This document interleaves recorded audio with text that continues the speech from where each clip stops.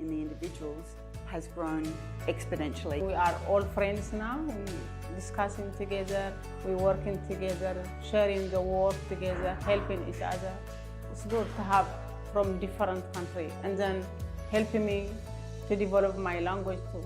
We were like strange at the start, but now we are just like family. Assembled Threads are providing support for people who are finding it really difficult to break into the market or to get a job. They're supporting people from public housing estates, people from our more vulnerable communities who may have the skills but haven't been able to get a job. The Council is supporting Assembled Threads a number of ways. We're supporting them through the provision of this venue. We're hoping that we can support a number of social enterprises and fledgling businesses to get a kickstart in the municipality. We were really looking for a progressive partnership with the council. Their question to us was, what do you need? A space, we said, with a lot of natural light. Within days they came back saying, we've got a space, it's a bit quirky, what do you think?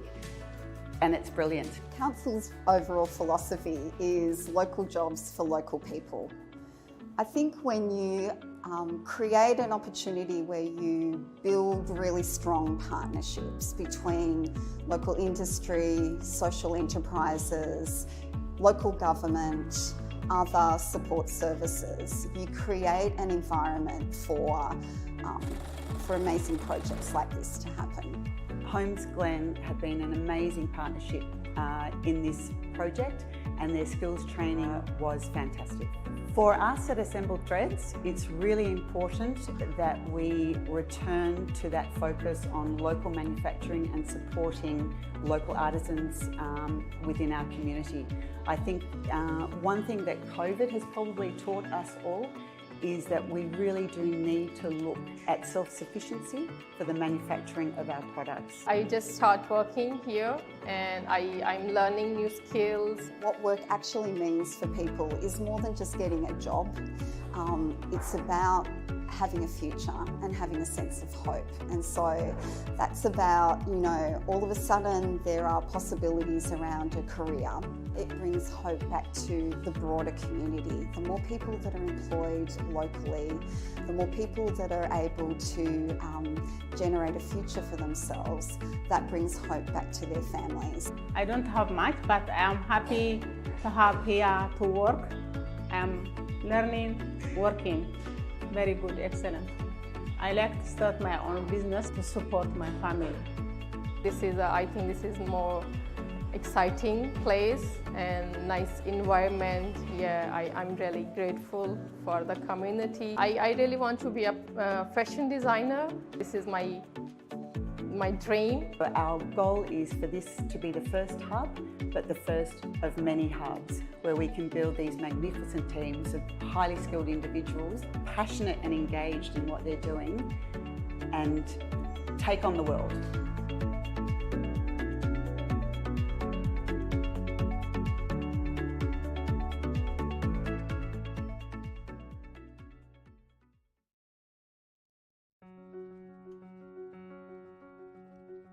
Mama's Kitchen is a program developed by the Moonee Valley City Council to achieve two goals, essentially. Is one, to assist women of predominantly East African heritage to gain experience in commercial cookery, to support them in creating their own entrepreneurial programs or goals, and also feed the community that were affected by the lockdown of the towers in Flemington and Ascot Vale during the COVID period.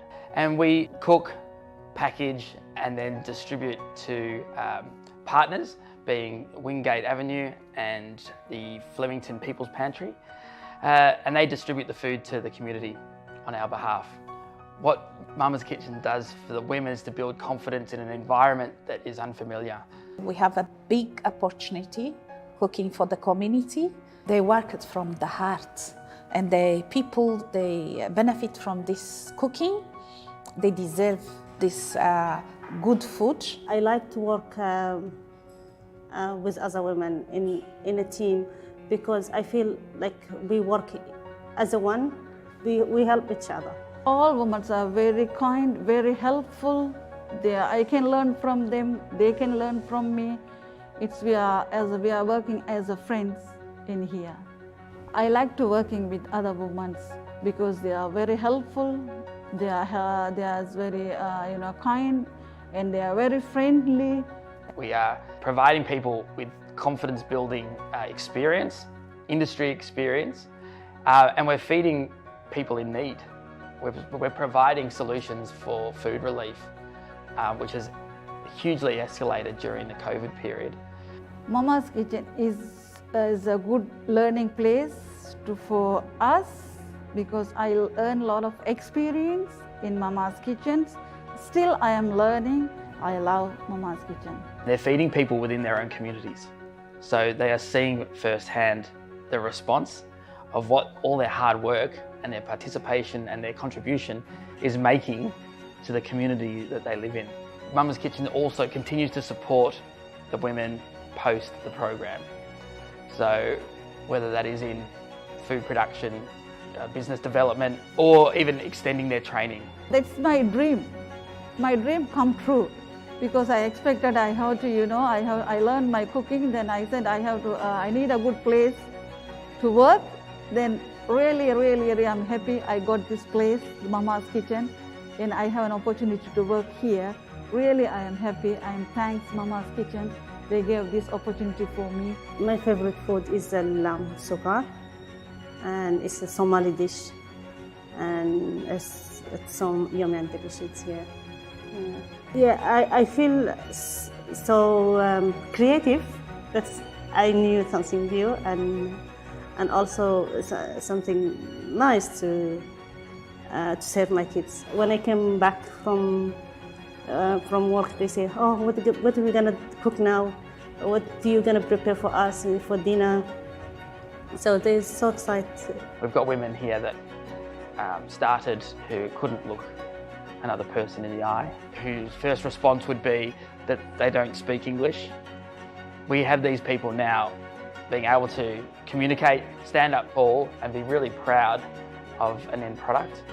And we need to extend this experience to many more in the community. And we've been given immense support by the Moonee Valley City Council. The state government have also been hugely supportive. We've had wonderful support partners for the supply of our vehicles. At the moment, we are in a pilot program situations. We've got so many opportunities for growth. We are going to be helping develop their own businesses. We want to keep helping people. The council keep doing this, helping the community, the ladies working here. We work here, we get a job, and doing from the heart. More opportunity for moms to get employed in the future, and also to encourage the moms to go and apply for jobs. From this experience, I can go outside and I can run my own business. It's very amazing, bring happiness to us, a lot of happiness.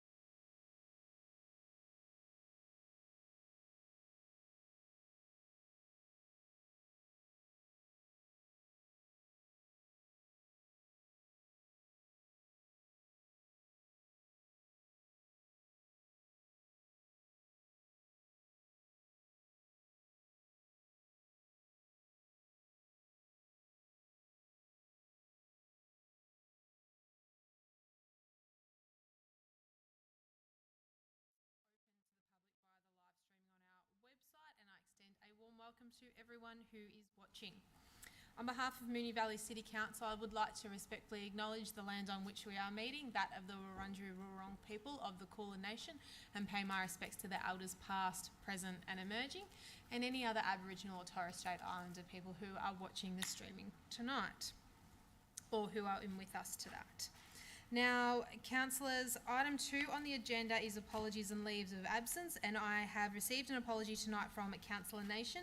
Can I please have a motion that the apology from Councillor Nation be noted? Moved Councillor Bedio, seconded Councillor Sypek. All those in favour? That is carried unanimously. Councillors, can I please have a mover and a seconder that the minutes from the council meeting held on Tuesday the 8th of March 2022 be confirmed? Moved Councillor Tyson, seconded Councillor Sypek. All those in favour? Is carried unanimously. Item 4 on the agenda is declarations of conflict of interest, and I wish to declare a general conflict of interest on agenda item 9.4, 12 to 18 Craig Street, Keilor East, due to being a property owner in proximity to the proposed development. I will step out for that item. Councillors, does anybody else have a conflict of interest on any item on the agenda this evening? No. Item 5 on the agenda is presentations, and we wish to make note that the late Senator Kimberley Kitching passed away suddenly on the 10th of March in Strathmore. Over the past week and a half, tributes have flowed in from all sides of politics. An emotional mix of shock, grief, desolation and admiration was felt across landscapes, political and otherwise. I know I'm not the only one when I humbly say that I was inspired by her formidable intellect, relentless energy, fearlessness, and her persistent advocacy for what she believed in. On behalf of Moonee Valley City Council, yesterday, myself, the CEO, the Deputy Mayor Councillor Jacob Bedio, Councillor Sypek, Councillor Tyson, Councillor Isa, attended the state funeral for the late federal senator. I'd like to take this opportunity to send my heartfelt condolences to Senator Kitching's loved ones. Senator Kitching and her wonderful legacy will undeniably continue to be a source of inspiration and motivation for each of our chosen path of political leadership. Councillors, are there any other presentations for tonight? Item 6 on the agenda are petitions and joint letters. Now, our Governance Rule 62.1 states that unless Council determines to consider an item of urgent business, no motion may be made on any petition, joint letter, memorial or other like application until the next Council meeting after that which it has been presented. Councillors, I understand we have received one joint letter to be tabled this evening. Councillor Adams. Thank you, Mayor. I would like to present a joint letter Council received from the members of a bowls complex development in Essendon, in brackets ABCDE, close brackets, planning group, to establish a new bowls complex in Essendon. The planning group details the requests for Council to provide support and guidance for approvals and consultation required for the project to proceed, as well as financial support from Council's budget and to access funding from both the state and federal government. Thank you. Thank you, Councillor Adams. In accordance with Governance Rules 62.4, I will refer the letter to the CEO for consideration. Councillors, do we have any other petitions or joint letters? Item 7 on the agenda is public question time, and we have received questions from members of the community this evening. Question 1 from Michael Mahoney. Does the current Moonee Valley City Council and its sitting councillors perform its functions and exercise its power conferred by or under the Local Government Act 1989, brackets the Act, or any other act for the peace, order and good government of the municipal district of Moonee Valley City Council, adhere to the councillor conduct principles in compliance with section 76B and 78A of the Act? And I'll refer to the CEO Helen Sway for comment. Thank you. Thank you, Michael. Through the Mayor. This question referred to the provisions in the Local Government Act 1989, which are no longer in force? Thank you. Thank you, CEO.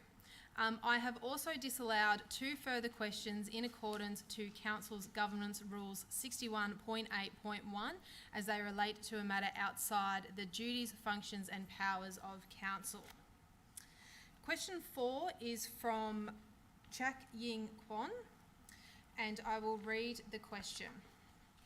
How many dwellings and heights will the 39 to 45 Ascot Street development be reduced to after factoring in side setback res code violations, heavy overshadowing onto adjacent properties and also the development itself, reduction in parking provisions and subsequent increase in street traffic, site coverage of what looks like more than 50%, overlooking of neighbouring properties from 2nd and 3rd levels, front setback not in line with res code or regulations concerning adjacent properties.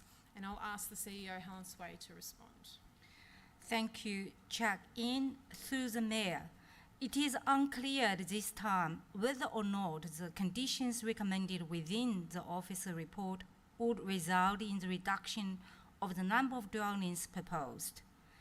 This is due to the conditions being flexible to ensure that the architects are able to respond to the conditions and alter the development in an appropriate form. Thank you. Thank you, CEO. I have a second question from Chak Ying Kwon. How do you propose the new 39 to 45 Ascot Street development fits in with the extra people likely to come in?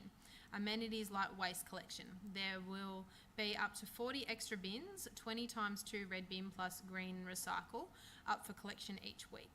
These will be out each week at the front of the road, each relying on their respective owners to collect. I highly anticipate that there will be bins kept out after collection day, which will prove an eyesore and smells that come with it. Also, hard waste dumping from what will likely be tenants moving in and out, common practice, for instance, where there is high density apartments. How will you deal with this? Again, I'll ask CEO Helen Sway to respond. Thank you, Chuck-in. Through the Mayor, the proposed increase in population density resulting from the proposed development is consistent with state and local policy seeking to direct population growth in areas such as this, and is discussed in section 3.1 and 3.2 of the officer report. A condition has been included requiring the submission of a waste management plan to address impacts relating to waste collection. Thank you. Thank you, CEO. As I've declared a conflict of interest on item 9.4, I will vacate the chair for Deputy Mayor Councillor Bedio to chair this part of the meeting. Thank you.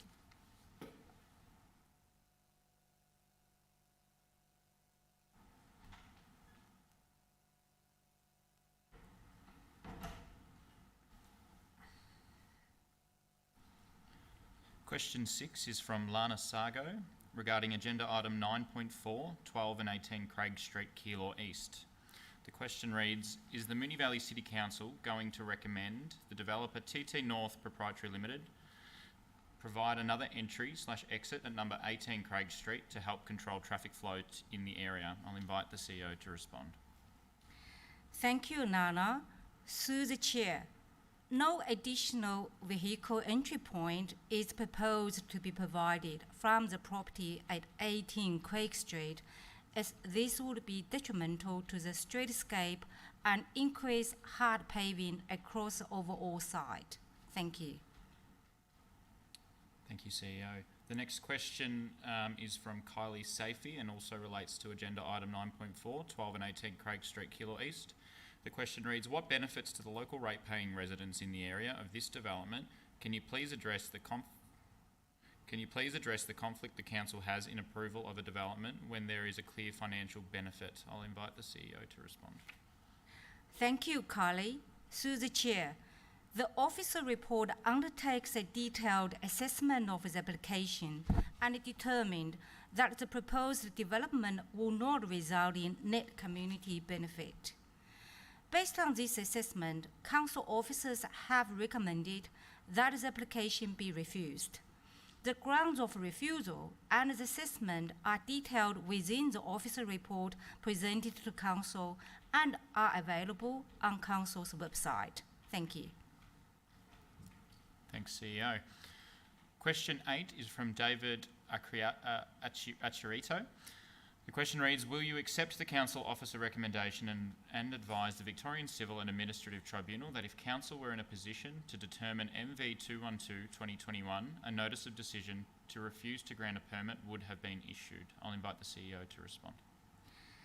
Thank you, David. Through the Chair, councillors will make a decision tonight whether or not they will accept the officer recommendation.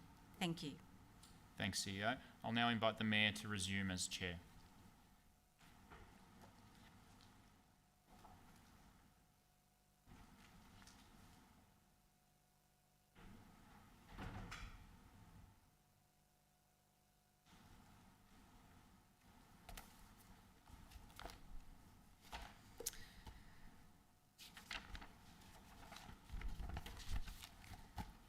Okay, we are now up to item 8 on the agenda, which is reports from delegates. Councillors, do we have any reports?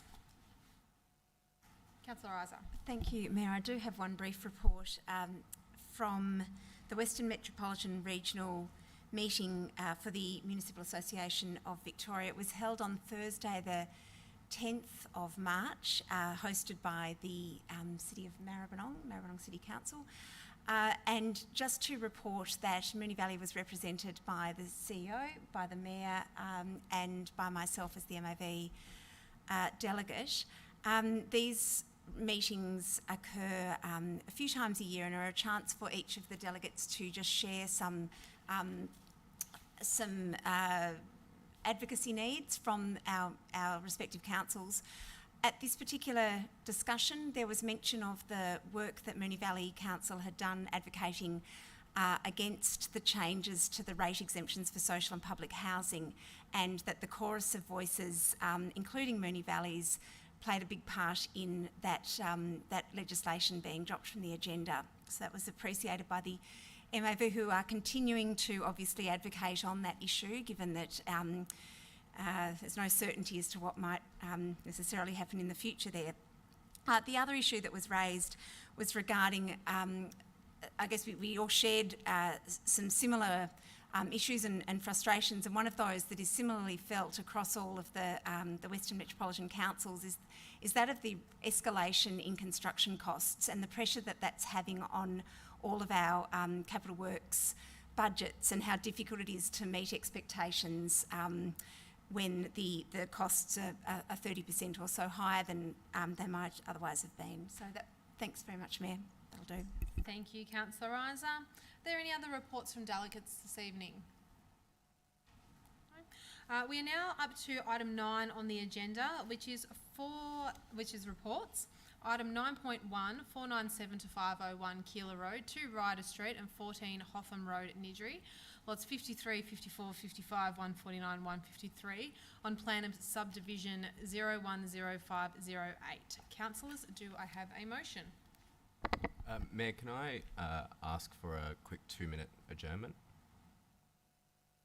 I'm happy for the meeting to be adjourned until 6:47. Thank you.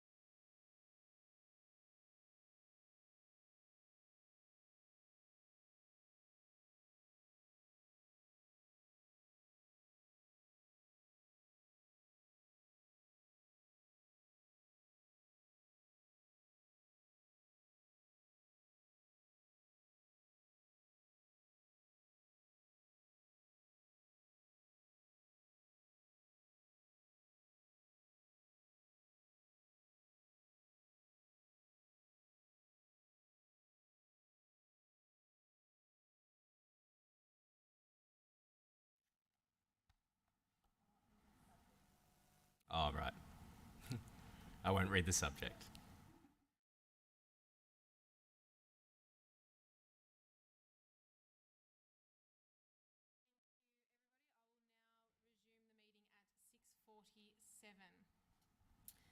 Now, I had asked item 9.1, 947 to 501 Keilor Road, 2 Ryder Street and 14 Hotham Road, Nidri, lots 53, 54, 55, 149, 153 on the plan of subdivision 010508. Councillors, do I have a motion? Mayor, Councillor I'd like Tyson? to move an alternative. Thank you. That Council resolves to defer item 9.1, 497 501 Keilor Road, 2 Ryder Street and 14 Hotham Road, Nidri, brackets lots 53, 54, 55, 149, 153 on plan of subdivision 010508 to a future council meeting. Thank you, Councillor Tyson. Do I have a seconder for that motion? Councillor Sypek. Councillor Tyson, would you like to speak to the motion? Thank you, Mayor. There are a few technical sort of anomalies that we have to work through over the next couple of weeks, unfortunately, so that's why I'm moving to defer. Thank you, Councillor Tyson. Councillor Sypek. Thank you, Madam Mayor. I can confirm that I concur with my colleague here. There is a few issues arising from this planning application, and we haven't received the full information, so I'm happy to wait to get the full information before we bring this back to council. Thank you, Councillor Sypek. Would any other councillor like to speak on this motion? Councillor Tyson, would you like to close? I'll put that to the vote. All those in favour? That is carried unanimously. Item 9.2 on the agenda is 39 to 45 Ascot Street, Ascot Vale, construction of 20 dwellings and reduction in car parking requirements. Councillors, do I have a motion? Mayor, I'd like to move an alternative motion if I may. Thanks, Councillor Isa. Sorry. I'd like to move that Council issues a notice of decision to refuse to grant a permit in relation to planning permit application number MV/365/2021 at or as, it says as, should it be at 39 to 45 Ascot Street, Ascot Vale, lots 8, 9, 10 and 11 on PS 040076, lot 1 on TP 659312R, and lot 1 on TP 844928S, lot 1 on TP 859548U, and lot 1 on TP 859547W for the construction of 20 dwellings and a reduction in car parking requirements in accordance with the following grounds of refusal. 1, the proposal fails to meet the overarching objective and strategies of clauses 15.01 to 5S, neighbourhood character, and 15.1 to 5L, neighbourhood character of the Moonee Valley Planning Scheme, and would result in a development that fails to appropriately respond and contribute to neighbourhood character. 2, the proposal fails to comply with the following provisions of clause 55 of the Moonee Valley Planning Scheme. A, clause 55.2 -1, neighbourhood character objectives. B, clause 55.03 -1, street side back objective. Point C, clause 55.04 -1, side and rear setbacks objective. D, clause 55.04 daylight to existing windows. E, clause 55.05 4 private open space objective. And F, clause 55-05, potentially meant to be a .05-5 solar access to open space objective. 3, the proposal fails to provide sufficient car parking as required under clause 52.06 car parking of the Moonee Valley Planning Scheme and would unreasonably impact parking demand within the surrounding area. And 4, the proposal represents an overdevelopment of the site. Mayor, just before I seek a seconder, can I just perhaps check that point F it should be 55.05-5? I will refer that to the Manager for Statutory Planning, Mr. Barry, is that correct? 55, so clause 55.05-5, is that correct?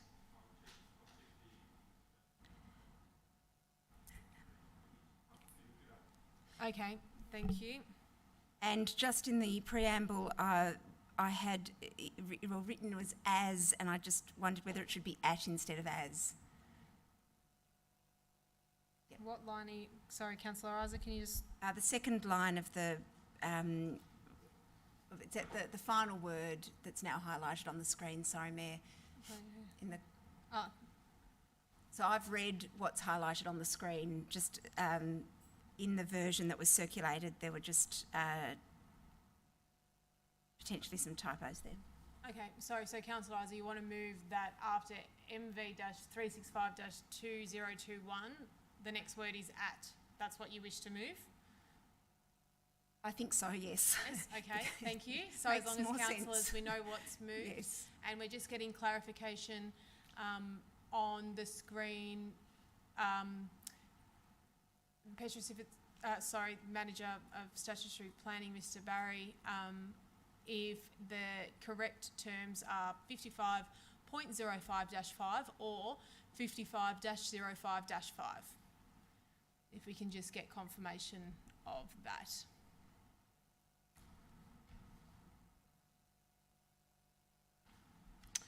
For those who are viewing at home, obviously with planning applications we need to make sure that we effectively dot our I's and cross our T's on everything, and that's what we're doing. We need to make sure that we're putting the right hyphen or full stop in the right place. So just bear with us for one moment whilst we confirm this.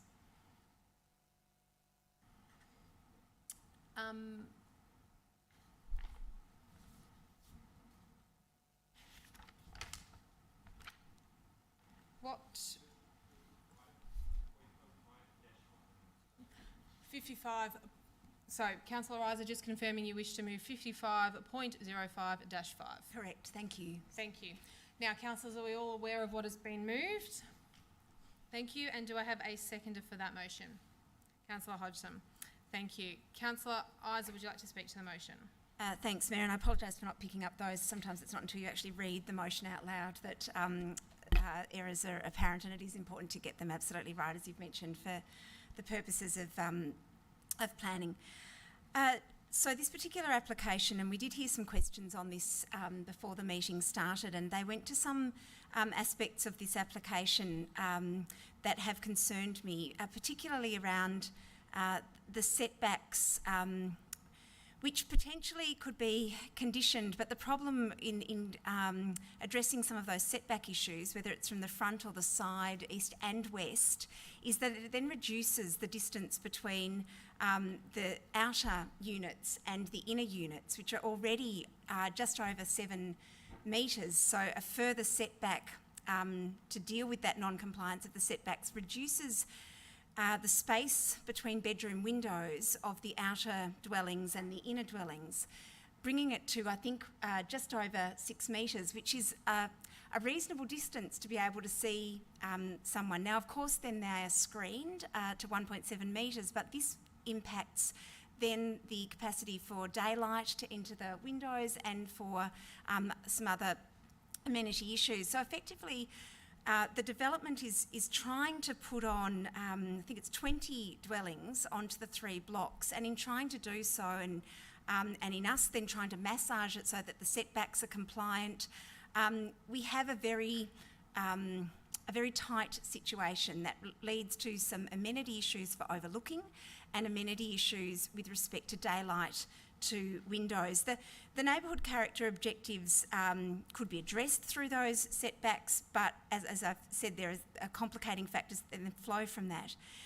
The daylight to existing windows is further exacerbated with the units 13 to 20 that run along the southern boundary, and they all face north, but which would be give them good solar access. But unfortunately, due to the 3-storey apartments that are in very close proximity to them just to the north, there is overshadowing throughout the day to those dwellings, and so any passive solar, any capacity to dry clothes on a balcony, or any capacity to sit in a window in the sun, particularly in winter, is lost because of that overshadowing. So again, we have some quite significant amenity detriments that are, I think, the consequence of trying to fit 20 dwellings onto these blocks.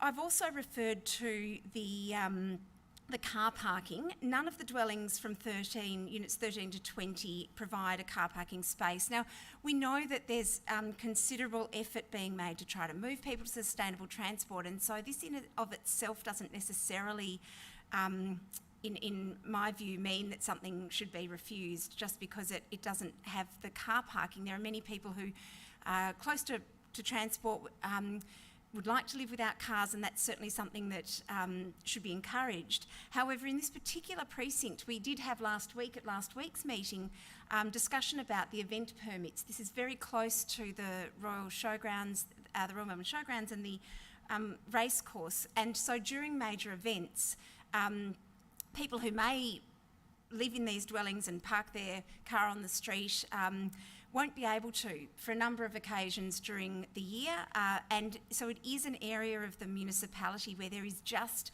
a very varied and unpredictable and irregular capacity to cope with the on-street parking.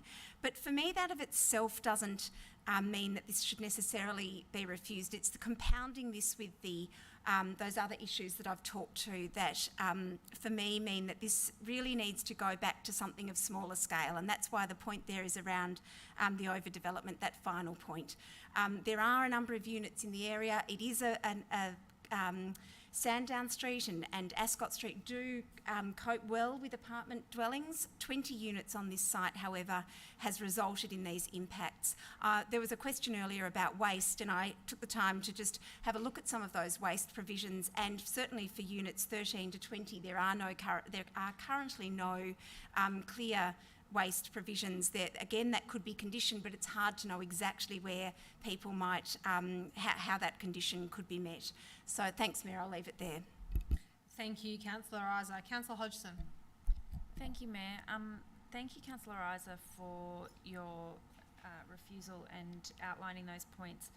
This was one that I found, you know, I couldn't quite put my finger on what I didn't like about this particular application. I think that the planners had done a reasonable job of trying to, through conditions, address some of the concerns and, lack of compliance with the clauses in the scheme.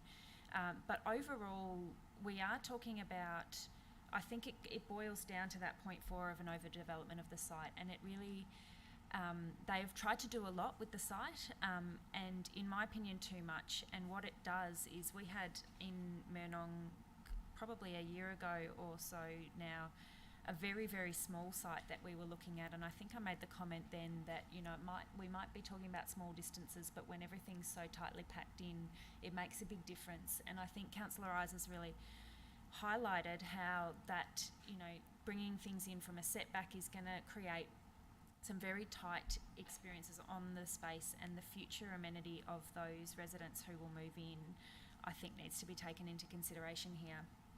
The car parking was the most obvious thing that drew my attention at the time, and I think it is of concern that there's a request for a reduction in car parking requirements.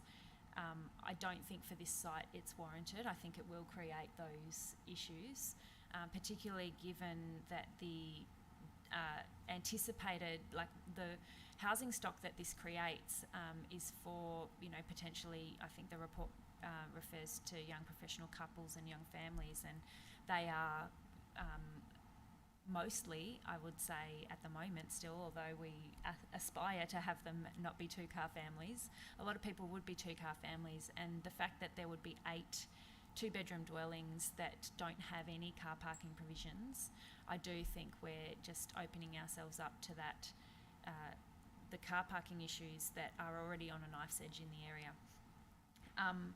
Other than that, I think the solar access to balconies that Councillor Isa's described to those 8 dwellings at the back who are getting a bit of a raw deal in this application is of real concern.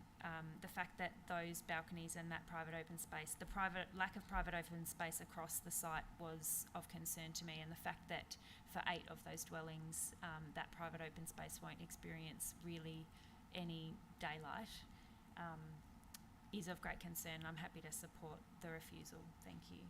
Thank you, Councillor Hodgson. Would any other councillor like to speak on this motion? Councillor Bedio? Thank you, Mayor.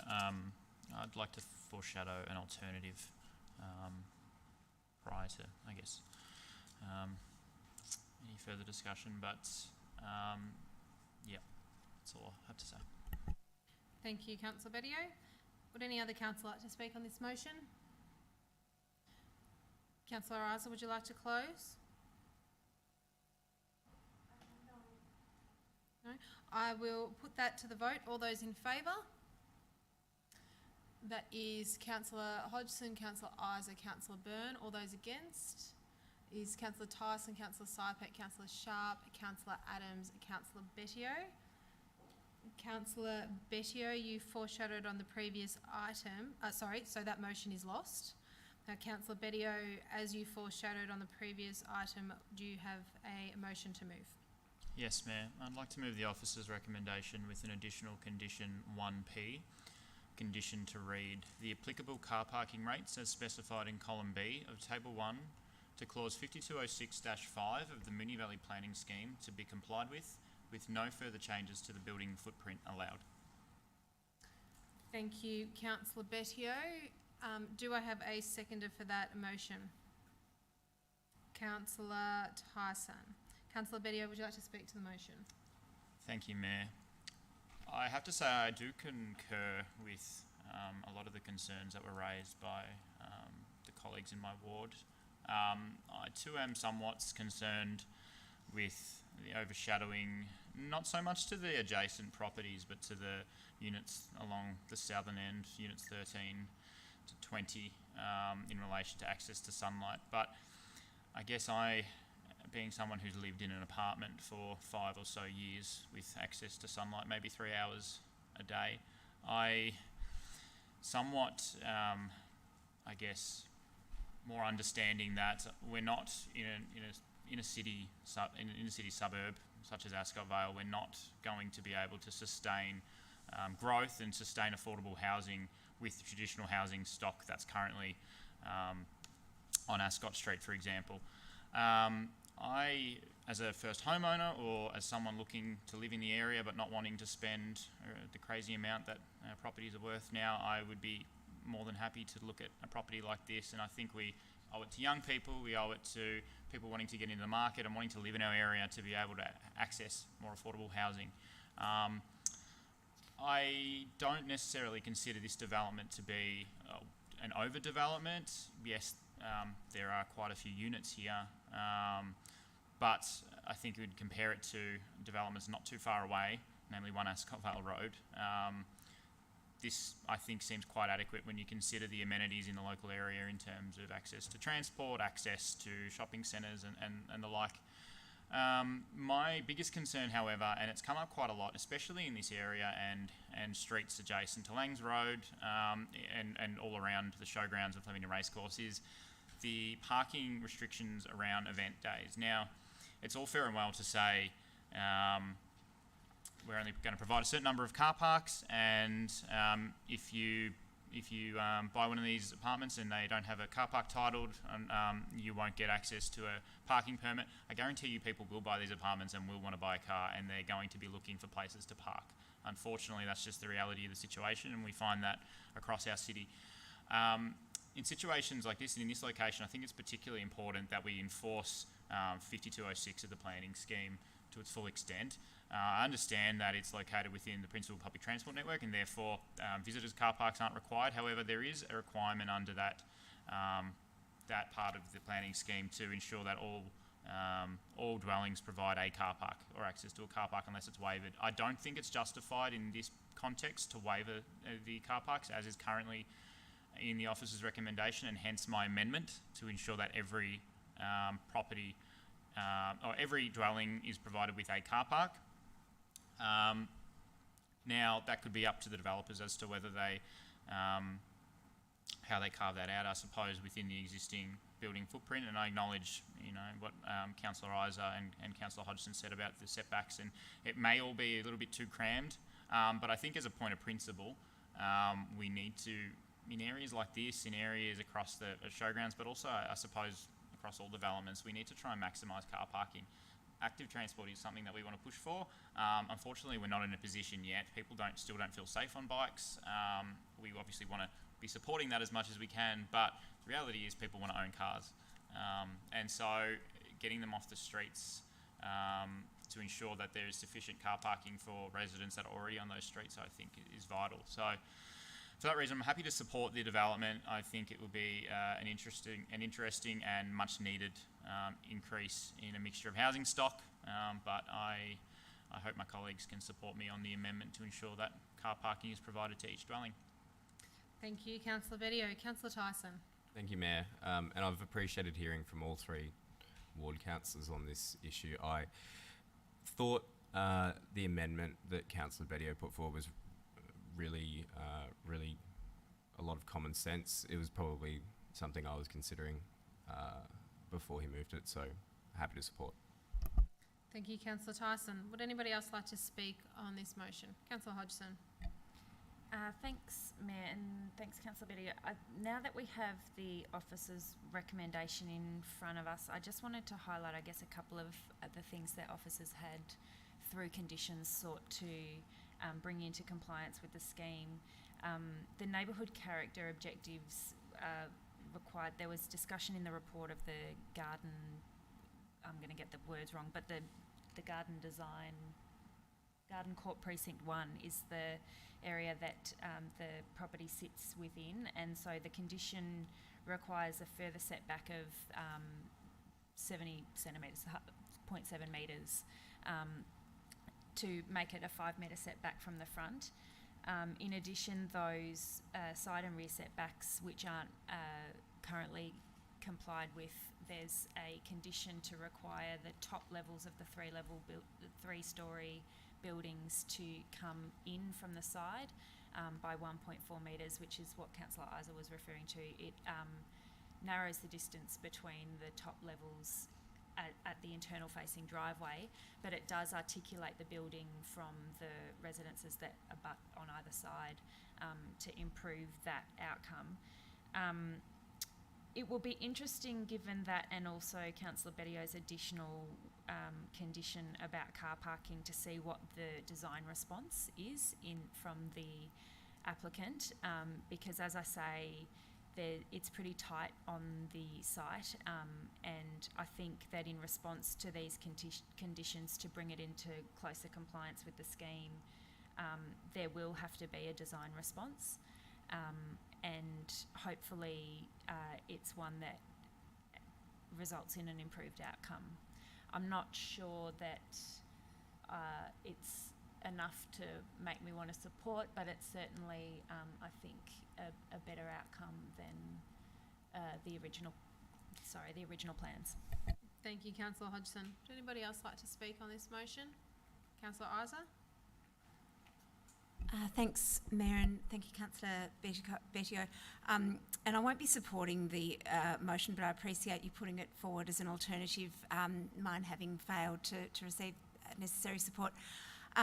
As I mentioned, the car parking for me is not the only issue that I think is problematic about this these plans. And I just wanted to, I guess, reflect on the comments around the necessity of us building apartments for particular demographics, and I wholeheartedly agree, and I think that that's really important, that we do make sure we have a diversity of housing stock and make sure that we are building a range of different houses for different affordabilities. I do think, though, that there is a threshold of amenity and quality and good quality that we still need to hold to with respect to all housing. We don't just want to build dark, dingy shoeboxes and tell people that that's all they can afford, that we still have to give people some sunlight and not put them in areas where they're just completely in darkness. And I'm sorry if that's been an experience of yours in a particular rental property. I'm sure we've all been there and not particularly enjoyed that. So I do want to stick to trying to really enforce upon developers to provide good quality, even when we're looking at affordable housing. Like Councillor Hodgson, I'm a little bit unsure as to how the condition is going to be designed, how the designs are going to respond to that, to the condition for car parking. I'm not sure what how that will be managed. I think it will require some considerable rework, which is not a bad outcome from my perspective. So maybe it is the case that your amendment might force some of those further improvements, which would be a good thing. But I won't support it, but I hope I've made my reasons clear. Thanks. Thank you, Councillor Isa. Would any other councillor like to speak on this motion? Councillor Bedio, would you like to close? Just briefly, Mayor, I also concur with Councillor Isa and Councillor Hodgson. I'm very curious to see should this motion be supported by my colleagues as to what the design response would be. I guess that's the issue with the difficulty in our role is we're not architects, we're not engineers, but we come into this with a set of principles and hearing from feedback from the community. And a piece of feedback I hear quite often, especially from around this area, is the lack of car parking, in particular around event days, but also just in terms of in developments in general, car parking is an issue. And I'm really interested to see how the design response is going to come back to us with the changes to setback and car parking. Perhaps it's not going to be viable, I'm not sure, but I think it's our role to sort of listen to our constituents, listen to what they're saying, and that's something that's resonating through the community is car parking. So I hope my colleagues can support me on this amendment. Thank you, Councillor Bedio. I'll put that to the vote. All those in favour? That is Councillor Tyson, Councillor Sypek, Councillor Sharp, Councillor Adams, Councillor Bedio, Councillor Byrne. All those against? It's Councillor Hodgson, Councillor Isa. That motion is carried. Item 9.3 on the agenda is 95 Buckley Street, Essendon, Lot 1 on Title Plan 371488E. Councillors, do I have a motion?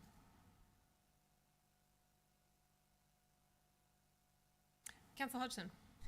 Thanks, Mayor. I will move the officer's recommendation, please. Thank you, Councillor Hodgson. And do I have a seconder? Councillor Sypek. Councillor Hodgson, would you like to speak to the motion? Thanks, Mayor. Sorry, I don't have anything planned to say on this, but I will just note that this is an application for a slight amendment to an application that's previously been approved. Essentially, the two things that the applicant wanted to change was the location of the vehicle access to the car park. So there's a move of the crossover to the curb, and also a request or an application to expand the size of one of the living areas of one of the apartments. But to do so, they would cantilever over the fourth floor balcony of the fifth floor. So the officer's recommendation is to accept the application to move the crossover because it has negligible impact on the development or the surrounding area, noting that that's the case even though the original application was approved before the Buckley Street level crossing removal. So, but the change in the road situation there doesn't impact this.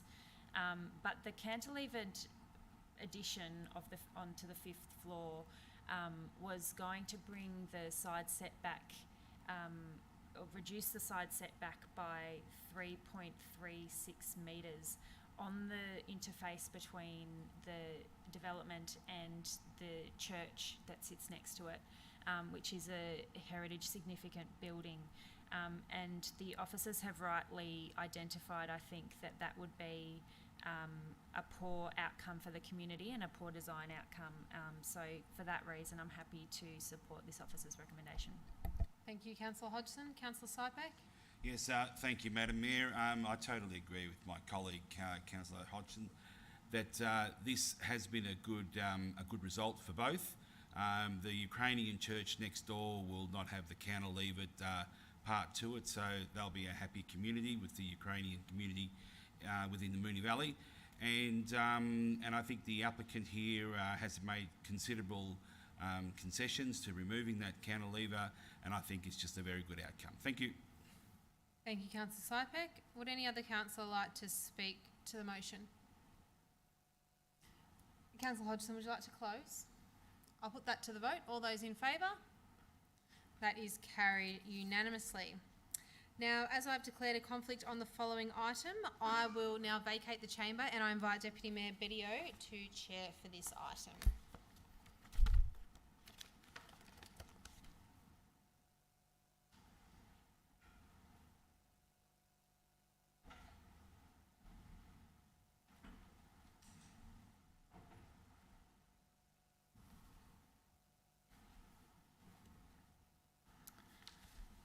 Item 9.4, 12 and 18 Craig Street, Keilor East, construction of 54 dwellings. Councillors, do I have a motion? Councillor Tyson.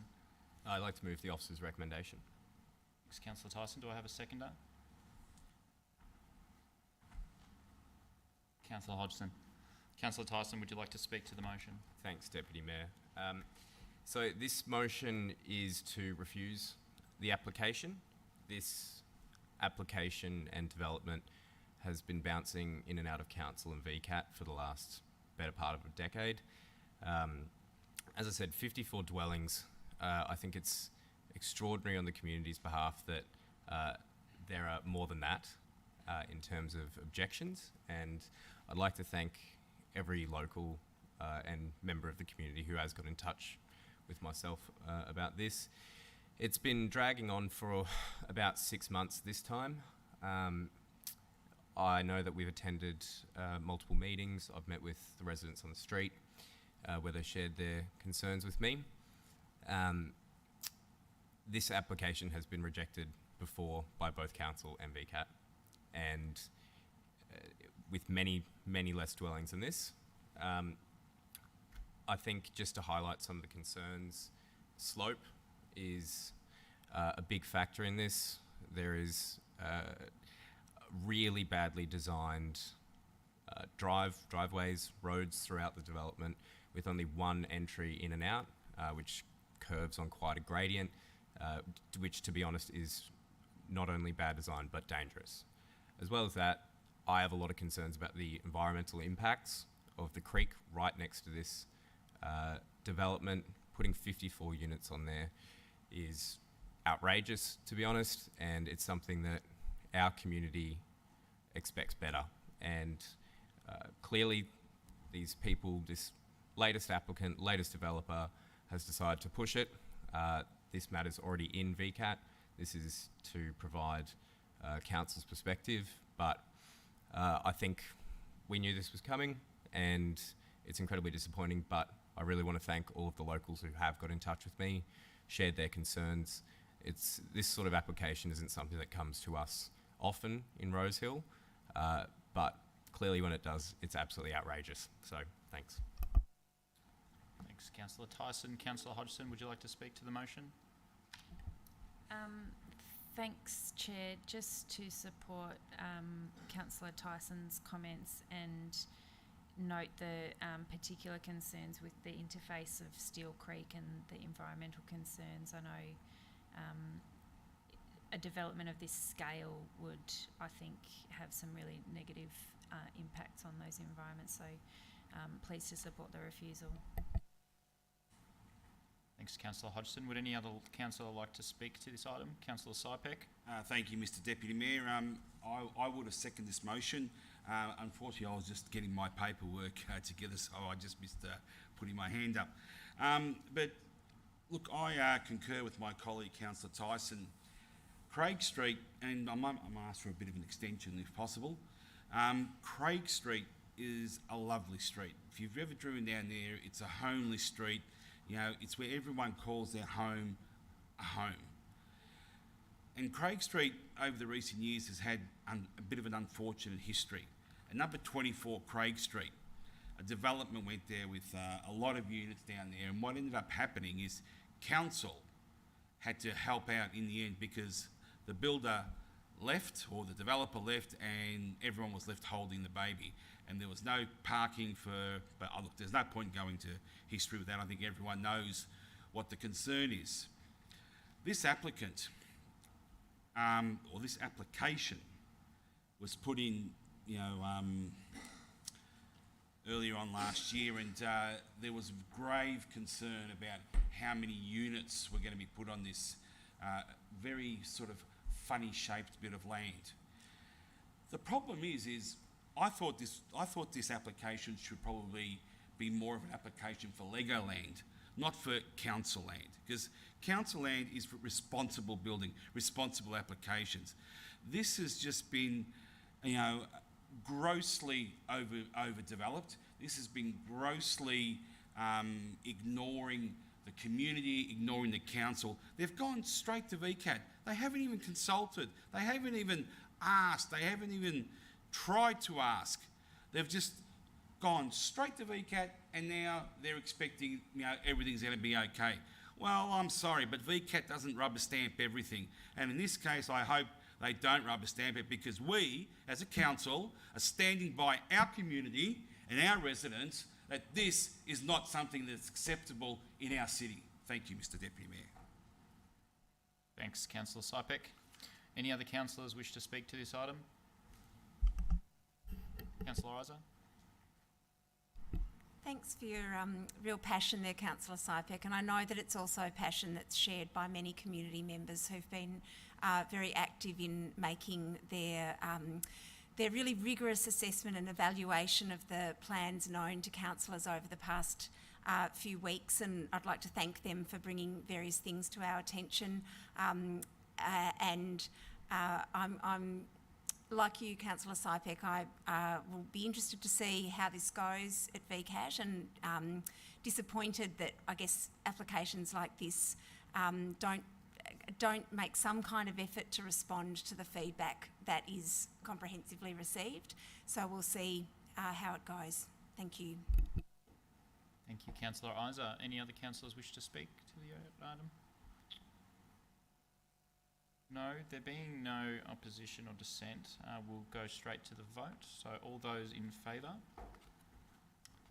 And that is carried unanimously. I'll now invite the Mayor to return to the chamber to continue to chair the meeting.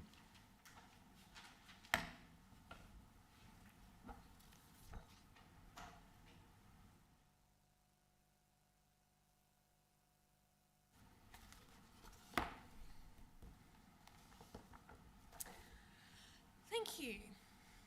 Item 9.5 on the agenda is the draft seasonal sport allocation policy. Councillors, do I have a motion? Councillor Sharp. Thank you, Mayor. Happy to move the officer's recommendation. Thank you, Councillor Sharp. And seconder, Councillor Sypek. Councillor Sharp, would you like to speak to the motion?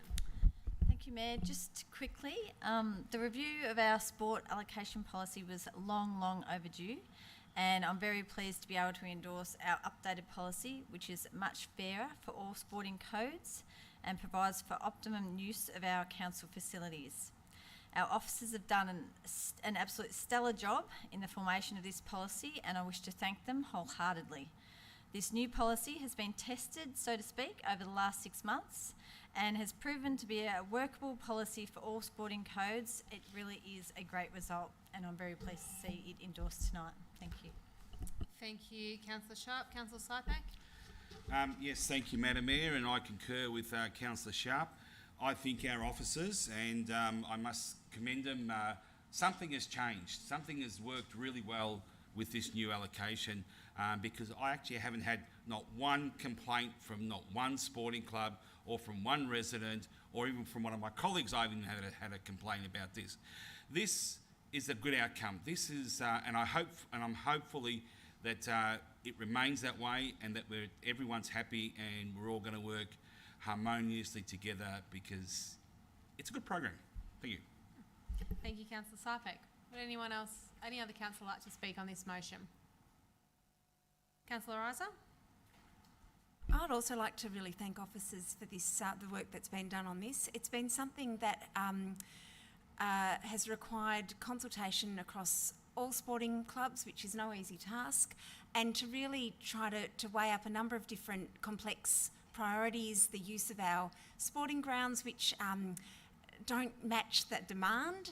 And so it's really been quite a complex jigsaw puzzle to try to work out how to deal with this, the use of our sporting grounds fairly. And I really like where this has landed. I think the community's given us feedback that they're pretty happy with it as well.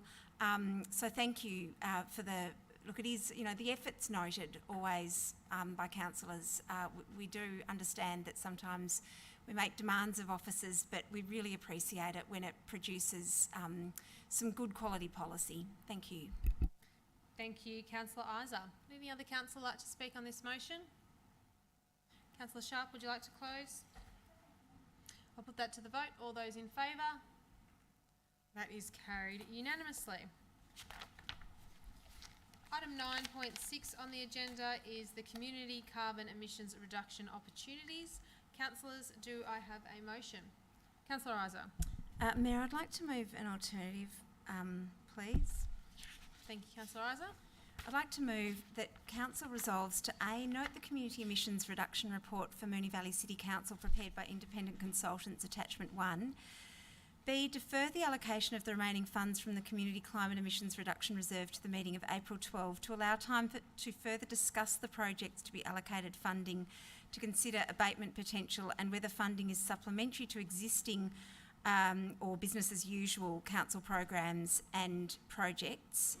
And C, request officers to support interested councillors hosting a forum in late April, early May to discuss council's response to the expert report with interested community members for the purpose of deepening community engagement in community emissions reduction. Thank you, Councillor Isa. Do I have a seconder for that motion? Councillor Sypek. Councillor Isa, would you like to speak to the motion?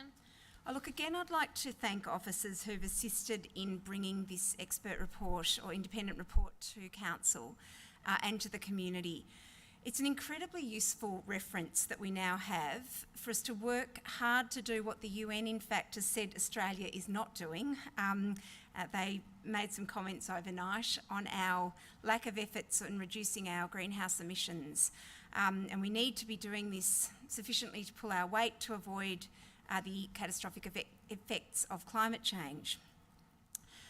The independent report very succinctly sets out the sources of our current emissions in our municipality and how state and federal changes and expected transformations to a decarbonised economy will reduce these emissions. It also sets out the areas that we can really work to influence. There are some assumptions underpinning the report about the extent of emissions reduction that will occur through business as usual, and there's also a gap between the reductions forecast and our targets that we've set through our climate emergency statements and our Green Action Plan targets. But there is still some incredibly useful guidance and some options that it sets out for us. I do think, however, that some further work needs to be undertaken to look at which of these options we should take to maximise our abatement opportunities. The independent report clearly outlines, for example, that active transport offers us good opportunities by providing infrastructure for cycling and walking and electric vehicle infrastructure. And while the officer's suggestions do pick up on the priority of active transport, that priority is then given the lowest amount of, is allocated the lowest amount of funding, and the funding's just for education and promotion. And I really feel that the report is suggesting to us that we really invest in the infrastructure that's required to improve the percentage of our constituents that are able to safely, confidently ride and walk around. At the moment, our active transport, the percentage of our community that's participating in active transport is at 16%, whereas some of our neighbouring communities is at 20% and higher. And the regular evaluations that are completed looking at the capital infrastructure spends each year by councils on cycling infrastructure always has Moonee Valley a little bit lower than our neighbouring councils. And I'd like to really, take what the independent experts are telling us about how important the actions that we take in providing that infrastructure how important that is to getting people on bikes because they feel safe. They don't feel as though they're going to die every time they ride down Mount Road like I usually do. So that sort of spend is really important, and I'm glad that our officers have highlighted that, but I think we need to be prioritising that in terms of our spend. With respect to the recommendation that we spend the lion's share of the fund on a trial of getting off gas cooking and our food and organics diversion from landfill, both of these are identified in the report as important areas. Waste and stovetop gas contribute to our emissions, but the portion of our emissions of these two categories is really very low, and the impact of the actions proposed by officers is considered quite negligible in the independent report. If you look at page 34 and page 32 of the report, you can see that the reductions in waste and stovetop gas, while important, and I don't want to dismiss that importance, the overall impact of that is comparably low to the impact that we can make when we invest in active transport and electric vehicles, which are also part of that transport category. I'm also, sorry, I might just have to ask for a 30-second extension, sorry, Mayor. I'm also a little bit concerned that the projects proposed in the report were going to happen anyway. The Better Moves around schools, the FOGO info rollout, those things, my understanding is that they're meant to be happening anyway. And my understanding is that the intention of the fund was to do things that we might otherwise not do so that we can really try to make some inroads into our emissions reduction. So I just want to see if we can give it another couple of weeks to go over again where that money can go so that we can make sure that we respond in the best way possible to the report. And I know some information came today, late this afternoon, and I haven't had an opportunity to digest that and see how that might impact some of that thinking. So again, some time to work that in. The point C around community engagement, I really do feel that given that this is around community emissions reduction, we need our community to be engaged and part of this. And I'd like to invite any colleagues to join me in a discussion with interested community members so that we can make sure our community helps us to reach the targets that we've set. Thank you, Councillor Isa. Councillor Sypek. Thank you, Madam Mayor. Firstly, let me say, the UN criticising what Australia's doing or not doing, I think they've got bigger issues to worry about than what we're doing here in Australia. No one has actually criticised Moonee Valley because I think we're trying. We're doing what we can. We're doing a lot what we can. Secondly, I agree with Councillor Isa. We know what we have to do. We know what we can do and what's feasible. So let's stop talking and consulting and having meetings. Let's start doing. Let's put our money where things are happening. We know what we have to do, increase canopies. We've already got a plan to plant more trees around sporting clubs. We know the small things that we have to do now. Let's just start doing it. Let's stop talking. Let's stop, beating our chests. Let's start doing some of these things. And as for gas, right?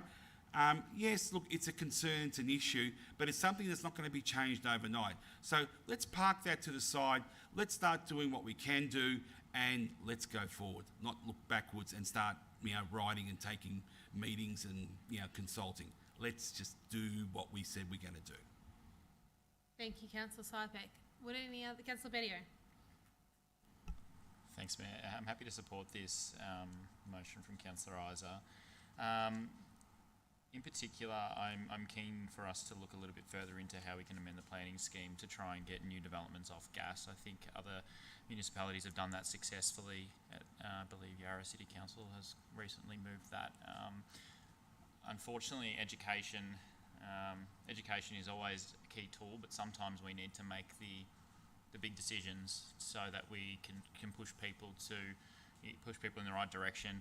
In terms of active transport, I understand the notion of needing to advertise and to get the message out there, but I think we all know what a bike is. I think that the main block between getting on a bike isn't necessarily knowing about them, it's about feeling safe on a bike, about knowing that you can successfully get from point A to point B on a bicycle.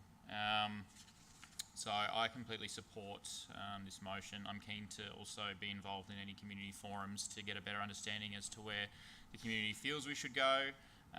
Obviously this is their rates money, so we need to be consulting to make sure that we're making the right investments, but we also need to be making investments that are actually not just wasting money. And I'm not saying that I think education is wasting money, but I think we could potentially get far greater outcomes and far greater reductions with this spend if we spend it more wisely. So I'm happy to support this motion. Thank you, Councillor Bedio. Any other? Councillor Hodgson. Thank you, Mayor. I won't cover ground that has been covered, but I just did want to say, note that the report does indicate that even if we are able to successfully implement all of these initiatives, we don't meet the target.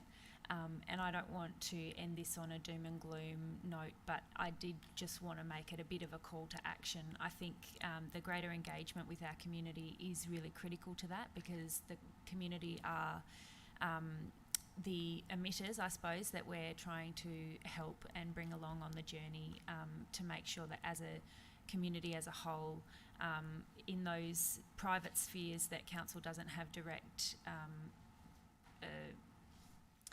can't control, it's outside of our control, that we need the community to come on board with this.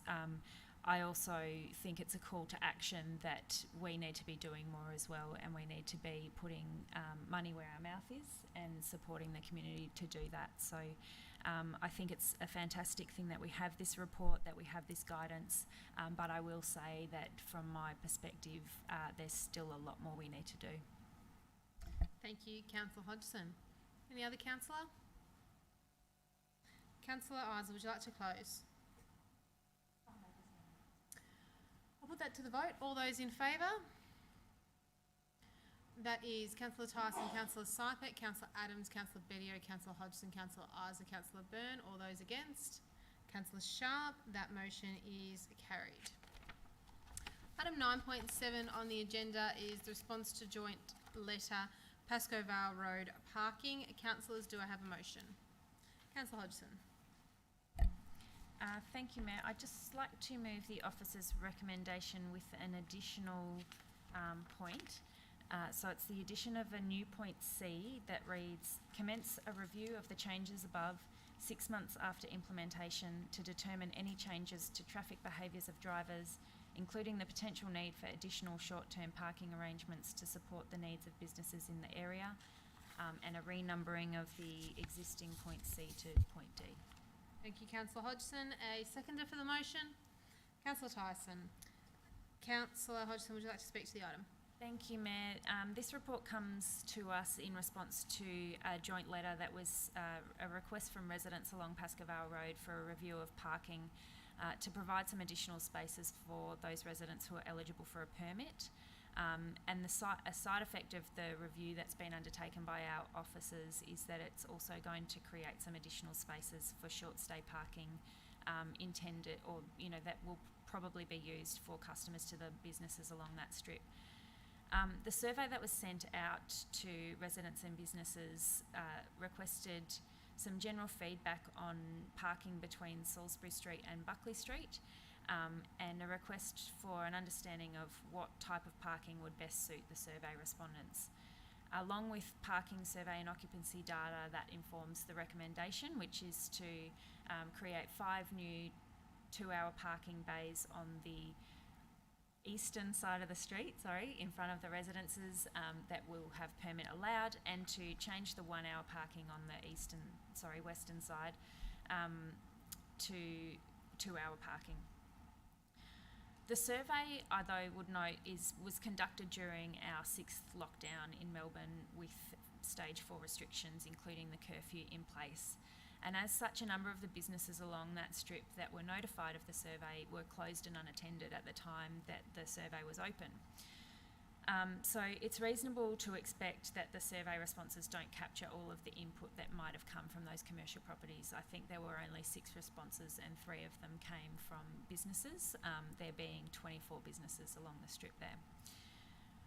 While the original intent of the joint letter has been met because the request came from residents, the result does consider the needs of those businesses along the area, with the change from 1 hour parking to 2 hour to better reflect the nature of the businesses there and the types of parking that customers require. I think it's appropriate to add in a review of the parking 6 months down the track. And that also responds to the request that I've had from at least one of the businesses that would benefit from a loading bay or some other short-term parking arrangements at the northern end of that 2 hour parking on the western side of the street. The report also notes that near the corner there of Lethbridge Street there are 2 vacant shops at the moment, and so they didn't have an opportunity to understand the nature of those businesses and what they might require. So I think hopefully those shop fronts will be occupied within 6 months of implementation, and their views can also be considered in the further investigation that's the new point C requests. The occupancy data along the western side of the street doesn't indicate that finding a park during the restricted times is difficult. So hopefully the review will also satisfy the needs of all of those businesses along that strip of Pascoe Road.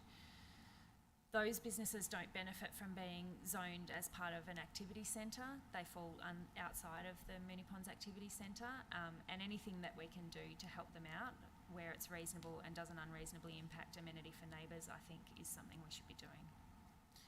Thank you, Councillor Hodgson. Councillor Tyson. Thanks, Mayor. I think Councillor Hodgson explained it extremely well, and I'm happy to support. Thank you. Would any other councillor like to speak to the motion?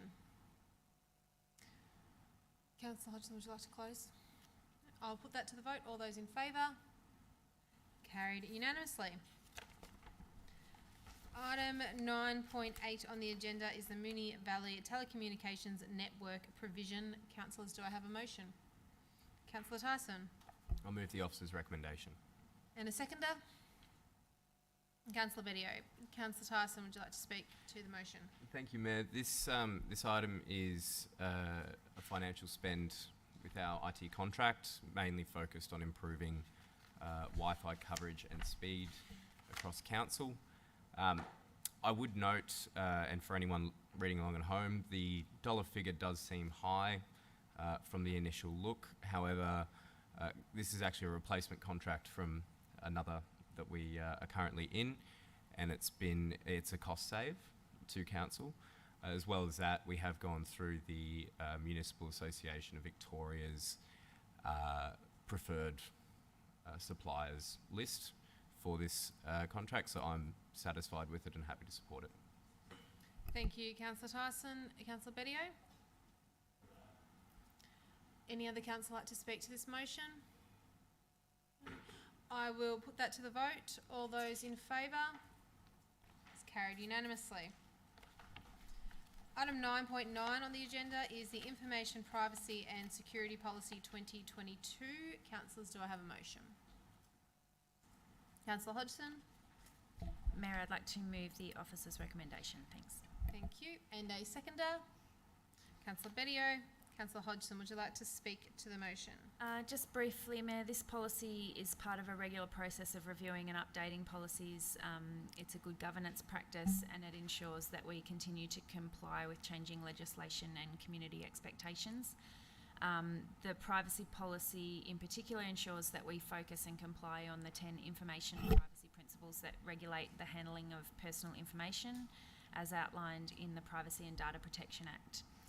There have only been minor changes made to this policy to ensure clarity and to simplify language to improve readability and understanding, as I'm pleased to note that the existing policy was compliant with all of the 10 principles.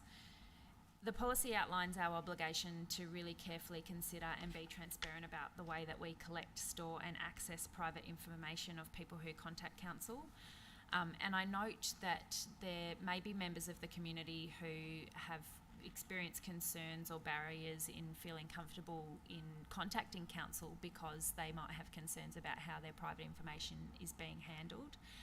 So I really hope that any concerned community members who may have hesitated to be in contact with council about something that they need or something they're concerned about because of privacy concerns will be comforted by this review of the policy and be reassured about how seriously we take these responsibilities.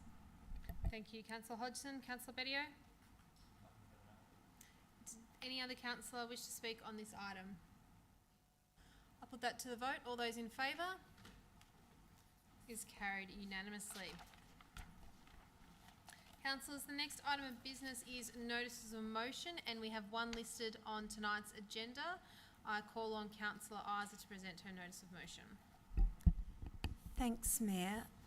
Mayor, I'd like to move that Council resolves to A, request the CEO to bring a report to Council by June 2022 reviewing the scope and content of the Moonee Valley City Council Councillor Code of Conduct 2021, including any potential provisions regarding disclosures to align with community expectations and best practice across the sector. And B, request the CEO to include in the internal auditing program, in brackets conducted by the independent internal auditing firm, close brackets, a review of the Moonee Valley City Council community grants processes to ensure the processes have integrity, are robust and represent best practice, and to bring a report to Council, in brackets through the Audit and Risk Committee, close brackets, as soon as practically possible in the 2022 to 23 financial year. Thank you, Councillor Isa. Do I have a seconder for that motion? Councillor Hodgson? Councillor Isa, would you like to speak to the motion? Thank you, Mayor. Earlier this year, Local Government Victoria sought submissions on their discussion paper on how to improve local government. The discussion paper raised a range of issues about councillor conduct and local government culture.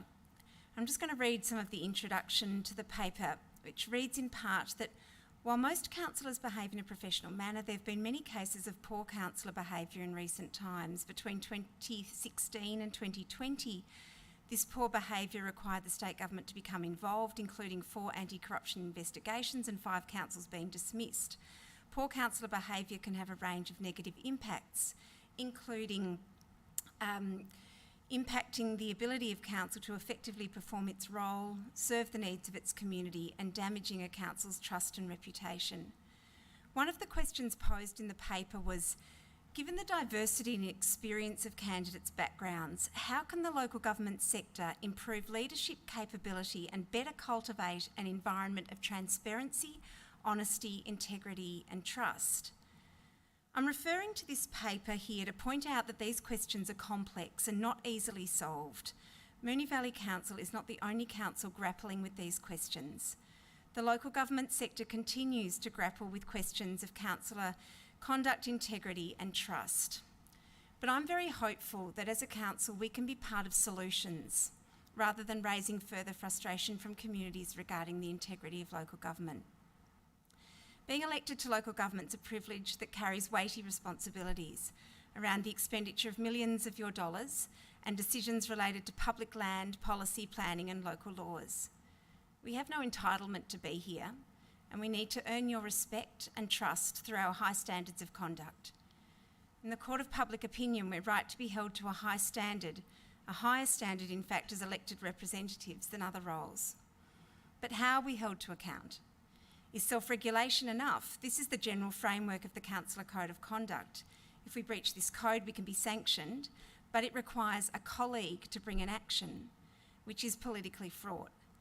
Additionally, the action must be within 3 months, and the Code of Conduct is very limited in scope. So this motion is asking for a review of whether our current Code of Conduct is best practice in the sector. Does it provide us with the most effective tools for upholding high standards?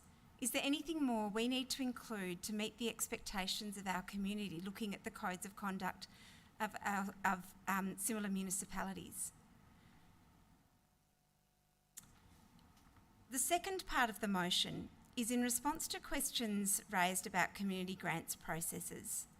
In the circumstances, it is appropriate for Moonee Valley to conduct an audit of our community grants processes to ensure robustness in the allocation of public money to community groups. The past 10 days have been difficult for councillors and officers as we have struggled to respond appropriately to unexpected and concerning revelations. We need to be fair, responsible and transparent in our response. We also need to do everything we can to uphold high standards of honesty, integrity and trust and meet your expectations as the community who we serve. Mayor and colleagues, I hope you're able to support this motion. Thank you. Councillor Hodgson. Thanks, Mayor. Thank you, Councillor Isa, for your comments. I'm happy to support this motion as a good governance measure. Would any other councillor like to speak on this motion? Councillor Sharp. Thank you, Mayor. I'll be quick, but I won't be supporting this motion, as in my opinion it is not at all helpful to the proper functioning of our councillor group, and I would urge councillors to reflect on that before voting. I would hope councillors would feel the same. Thank you. Thank you, Councillor Sharp. Would any other councillor like to speak to this motion? Councillor Isa, would you like to close? Thanks, Mayor. Just in response to comments made, the intention of the motion is to help us to be part of solutions and to respond in a constructive and positive way that makes sure that we are meeting community expectations. Thank you. Thank you, Councillor Isa. I'll put that to the vote. All those in favour? That is Councillor Tyson, Councillor Adams, Councillor Bedio, Councillor Hodgson, Councillor Isa, Councillor Byrne. All those against? That is Councillor Sypek and Councillor Sharp. That motion is carried. Item 11 on the agenda is urgent business. Councillors, do we have any items of urgent business tonight? No. Item 12 on the agenda is confidential reports, and there is one confidential report listed this evening. Councillors, I need a motion that Council resolves to close the meeting to the public pursuant of Section 66(2) of the Local Government Act 2020 to discuss the following matter. Item 12.1, 144 to 160 Keilor Road and 1 O'Shanassy Street, Essendon North, construction of a 6-storey building, removal of an easement, reduction in car parking requirements and alteration of access to a road in a road zone Category 1 amendment. Item 12.1 is considered confidential under the terms of Section 3(1) of the Local Government Act 2020 as it contains information relating to H. Confidential meeting information, being the records of meetings closed to the public under Section 66(2)(a), as the item is to inform VCAT on the decision/delete/modify conditions at the upcoming VCAT compulsory conference scheduled for the 24th of March 2022. Councillors, do I have a mover and seconder? Move Councillor Hodgson, second Councillor Tyson. I'll put that to the vote. All those in favour? That is carried unanimously. So this is where we say goodnight to those who are watching the meeting via live stream. Thank you for your interest in tonight's meeting, and we'll see you next time.